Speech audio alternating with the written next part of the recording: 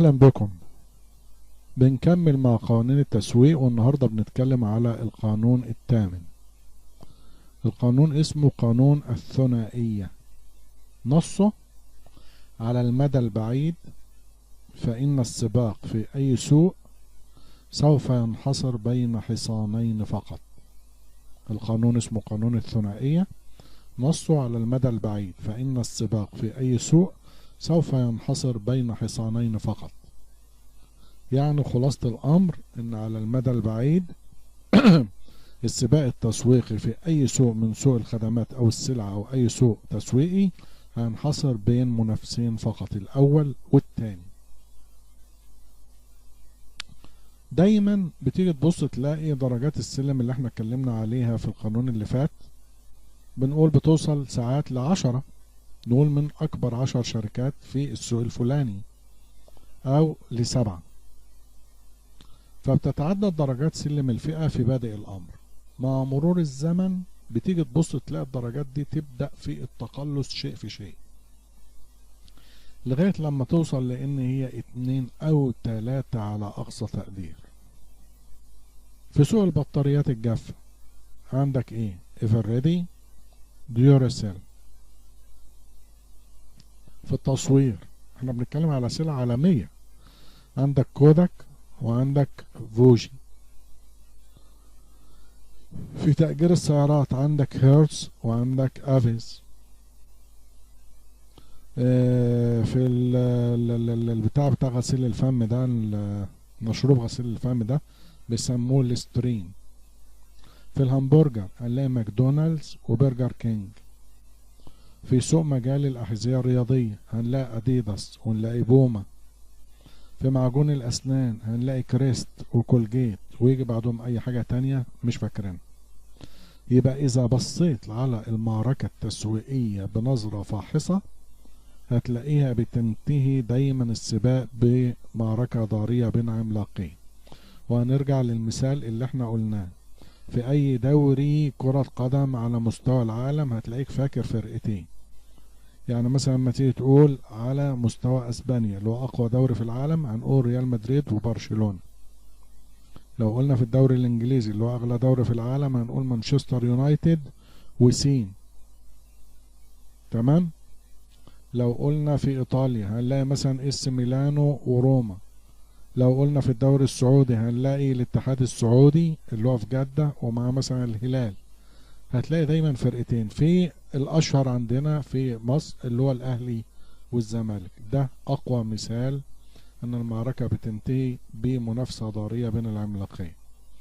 في العادة بيكون احد العملاقين دول هو صاحب العلامة او صاحب المركز رقم 1 زي الاهلي مثلا، والاخر هو العملاق اللي بيحاول الصعود اليه او الوصول اليه او المقاربة معاه او الجاري سايد باي سايد معاه، وهو مثلا الزمالك.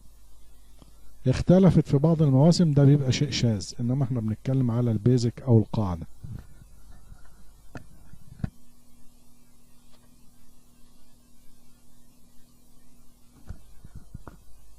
لو رجعنا ورا في ستينات القرن الماضي وبالتحديد في 1969 في تجربة تسويقية معروفة على مستوى المجال التسويقي سواء الكتب او الثقافة التسويقية عموما. يعني ايه هي التجربة؟ كان في 3 علامات لمنتج محدد. حصة الاول 60% من السوق، يعني واخد ماركت شير 60%. النسبة الباقية اللي هي 40% الباقية متوزعة على بقية الشركات في الفيلد ده.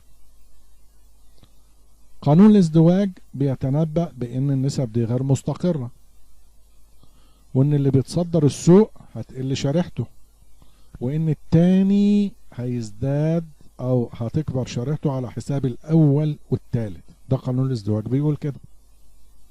بعد 20 عام يعني 1969، يعني في بعدها ب 1989 اتراجعت نسبة الاول اللي هو كان واخد 60% الى ايه؟ الى 45%.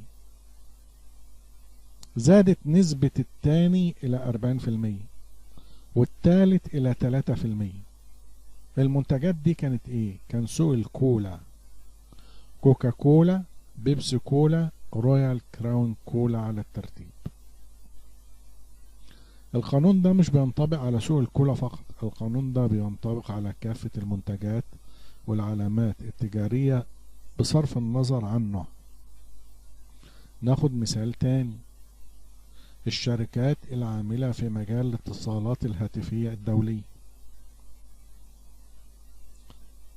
شركة AT&T المشهورة بتاخد 65% من حجم السوق. شركة MCI بتاخد 17%. شركة سبرنت واخد 10%. طب مين الفائز ومين الكسبان في معركة التليفونات دي؟ طيب المستقبل دايما بيبقى مجهول، وده طبقا لقانون عدم القدرة على التنبؤ اللي هو قانون 17. يعني الشخص قد يستثمر أمواله في MCI، وبالفعل ربحت MCI معركة المركز الثاني أمام سبرنت، وبالتالي أصبحت هي إيه؟ هي العملاق الصاعد إلى حلبة المنازلة مع AT&T. ممكن يكون المركز الثالث مرضي لبعض الشركات أو لبعض إدارات الشركات زي شركة سبرنت، نسبة 9% كماركت شير، ممكن ان هي تبقى انت شايفها ان هي ضئيلة، لكن لو ترجمتها المبيعات هتلاقي ان هي كانت بتجيب 6 بليون دولار سنويا، وخصوصا ان السوق كان في الوقت ده كان سوق نامي نمو متسارع. على المدى البعيد هتبقى شركة سبرنت بتواجه موقف صعب، مأزق، وده يفكرنا باللي حصل لشركة رويال كراون كولا. لو رجعنا برضو للمثال اللي فات اللي احنا قلناه في عام 1969، هتلاقي ان رويال كراون كولا قامت بإنعاش نظام امتيازها. جابت راجل على مستوى التسويق العالمي اللي هو الرئيس السابق لشركة ريال بيت فودز، استعانت بجنود مجندة من العاملين السابقين في شركتي كوكا كولا وبيبسي كولا، يعني ناس خبرة على أعلى مستوى في صناعة الكولا. مش بس كده، كلفت وكالة جرين اللي هي العالمية المشهورة واللي هي أكبر الوكالات في نيويورك لتنفيذ البروموشنال كامبينز، لدرجة إن رئيسة الوكالة دي قالت لك احنا جهزنا أنفسنا لقتل الكوكاكولا والبيبسي كولا، يعني هما اللي عملوه هيخلصوا على الكوكاكولا وهيخلصوا على البيبسي كولا. كانت نتيجة المعركة دي ان القتيل الوحيد في هذه المعركة هي شركة رويال كراون كولا.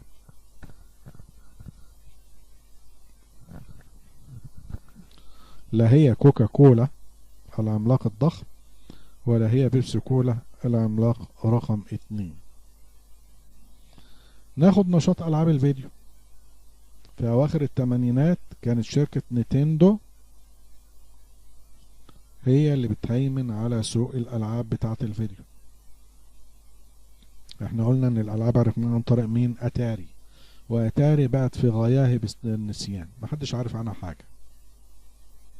طب مين اللي سيطر على السوق بعد أتاري؟ نينتندو، لها 75% من سوق ألعاب الفيديو. في شركتين تانيين بيشتغلوا في نفس المجال، شركة سيجا وبمناسبة ألعاب السيجا، وشركة NEC المشهورة بتاعت الإلكترونيات. بعد فترة من الزمن السباق بقى ما بين شركة نينتندو وشركة سيجا اللي بتقف مع نينتندو كتفا لكتف. الفرق اتسع بين مين وبين مين؟ بين سيجا اللي هي التاني وبين NEC اللي هي التالت. فدايما اللي بيواجه الموقف البالغ الصعوبة اللي هو واخد المركز الثالث، لانه لو وقف في مكانه هيضيع، انما التاني بيقدر ياخد من الاول وبياخد من الثالث وبياخد من باقي السوق. على مدار الزمن ادى الانتشار السريع لالعاب الفيديو الى حسم الموقف، وفي مدة بسيطة جدا، يعني ممكن في خلال سنة او في سنتين كان الموقف واضح ما بين نينتندو ما بين سيجا، وان اي سي تقريبا خرجت من السباق ده. طيب ده بشكل سريع بسبب ايه؟ بسبب طبيعة السلعة اللي هي العاب الفيديو. ده مش لازم يكون بيطبق على الجميع بالنسبة للمدة الزمنية. يعني مثلا لو احنا جينا نبص على شركات المحمول، هنلاقي عشان تحسم السباق هتلاقي بياخد عقود من الزمن. ولذلك احنا النهاردة عندنا 3 تراخيص وبيحاولوا يرخصوا الرابعة. عندنا الفودافون، عندنا اتصالات، عندنا الاورنج، والرابعة في الطريق. عشان تحسم الموقف بين 2 هتاخد وقت. احنا دلوقتي اللي موجود في الصورة وبشكل شديد فودافون طبعا لها النسبة الأكبر، بتيجي اتصالات من بعيد شوية، وأورنج تعتبر بعدت خصوصا بعد ما اتباعت من مجموعة ساويرس. كلنا عارفين الموضوع ده. لو دخلت الترخيص الرابع للمحمول هيزود المنافسة، وهتبقى المنافسة شرسة ما بين الأربعة. فودافون الأول بيهمه دايما المحافظة على مكانته. طب التاني مين؟ اتصالات، ودي شركة داخلها حكومة، هتحاول تاخد من الأول وهتحاول تاخد من اللي تحتيه. طب الأسهل تاخد من الأول الشرس ولا الأسهل تاخد من الأضعف؟ هتاخد من الأضعف. زي ما مثلا الزمالك بينافس الأهلي، الأسهل إن هو يكسب فرقة تانية غير الأهلي ولا الأسهل إنه يكسب الأهلي؟ هتلاقيه بيحاول إن هو يجمع أكبر عدد من النقاط قبل ما يقابل الأهلي ويحسم الأمر معاه في المباراتين اللي هي رايح جاي، كل واحد على أرضه. نفس الشيء في صناعة الطيران. أمريكان إيرلاينز لها 20% من حجم السوق، تتصدر القائمة. 80% بالنسبة لباقي شركات الطيران الأمريكية والعالمية. مفيش حكر على الطيران. فنفس الشيء بتاخده أمريكان إيرلاينز، هتاخد نفس المكانة اللي بتحتلها كوكاكولا على الأرض. طب المعركة تبقى بين مين؟ بين التاني وبين التالت. طب من التاني دلتا، من التالت يونايتد، يبقى المعركة هتبقى بين دلتا ويونايتد. طب امريكان ايرلاينز محدش هيقدر يجي جنبها، والاتنين واخدين 18%. يبقى دايما احنا بنتكلم بنقول ان السباق بيبدأ بين مجموعة من الجياد من نقطة البداية، بعد مدى بتتقلص المنافسة لغاية لما توصل لان السباق هيكون بين اقوى فرسين في السباق بس. وافتكرها دايما بموضوع الاهلي والزمالك. لو بصيت على سوق الشاي في مصر هتيجي تبص هتلاقي نيدو العالمية، هتلاقي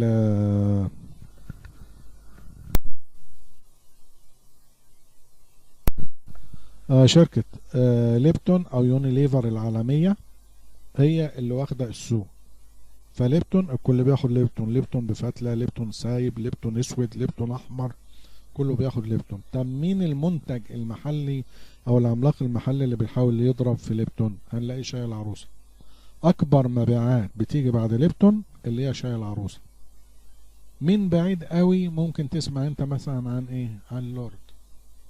وساعات اسماء تانية بقى زي الجوهرة وزي الكلام ده، دي ما بتبقاش الا قليل قوي والبيع انتقائي تماما. انما المعركة بين مين؟ بين ليبتون العالمية وبين العروسة المصرية. يبقى برضو السباق بين اتنين. مفيش حدود فاصلة هتلاقيها بالنسبة للمركز التاني.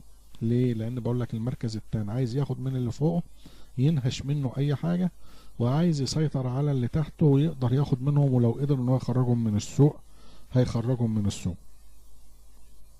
تعال بص على البورتابل كمبيوتر او الكمبيوتر المحمول او النقال. توشيبا اليابانية المركز الاول بنسبة 21%. طب في المركز الثاني 5 متساويين في النسبة من 8 ل 10%. زينيث، كومباك، ان اي سي، تاندي، شارب، كل واحدة من دول بتتراوح نسبتها ما بين 8 ل 10%. وتوشيبا بكام؟ ب 21%.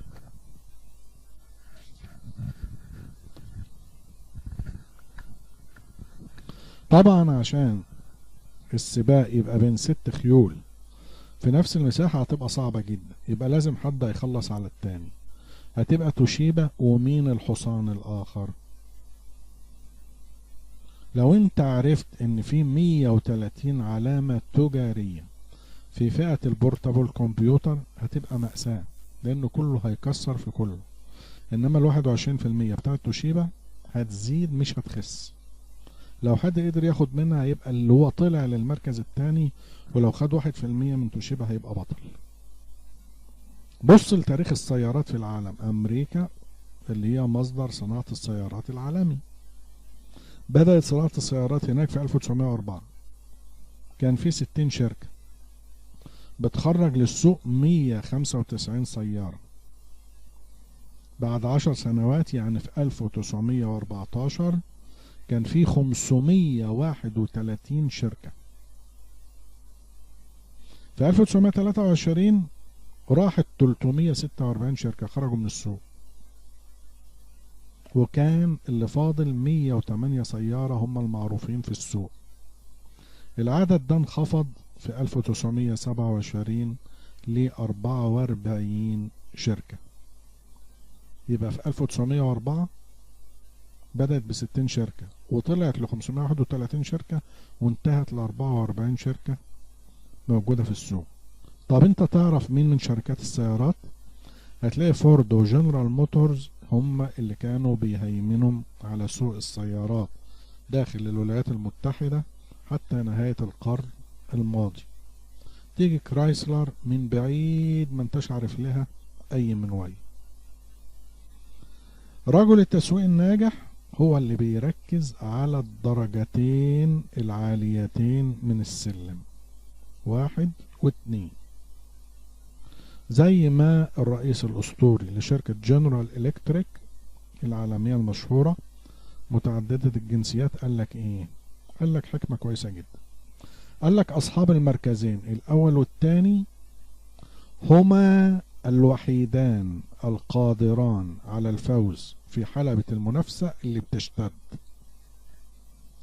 وهما اللذان لا يمكن أن يثبتا في مكانهما، يعني ما يقدروش يفضلوا في مكانهم. ده أبحاث تسويق شغالة على أعلى مستوى وتطوير كل يوم على مدار الساعة. أو يتوقف نشاطهما أو يعرضا للبيع، يعني هما اللي هيفضلوا في السوق. تعال بص على القانون ده أو على الحكمة بتاعت الراجل دي. وبرضه هرجع للمثال الخالد، الدوري المصري. تيجي تبص تلاقي كل الفرق اللي بتلعب في الدوري العام الدرجة الأولى طلعت ونزلت من الدرجة الأولى إلى الدرجة اللي التالية، سواء الممتاز ب أو سواء الدرجة التانية زي ما احنا بنسميها، إلا مين؟ إلا الأهلي والزمالك. عمر ما الأهلي هبط وعمر ما الزمالك هبط. ده مصداقا للقانون اللي احنا بنشتغل عليه النهارده. لما يكون في نمو في السوق ده بيشجع الناس ان هي تدخل باستثمارات جديدة. طب الكل بيحاول انه ياخد ايه؟ قلنا المركز الثالث او الرابع. ليه؟ لان الاهلي والزمالك في اي سوق محجوزة للاهلي والزمالك.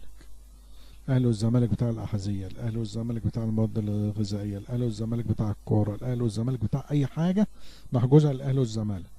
هتبدأ تطمع في مين؟ تطمع في الاسماعيلي، ما تجيش ناحيه الاهلي والزمالك. ولذلك الكل بيجي يقول لك ايه، وكمان ممكن الاسماعيلي لو شديد يا ريت ناخد المركز الرابع.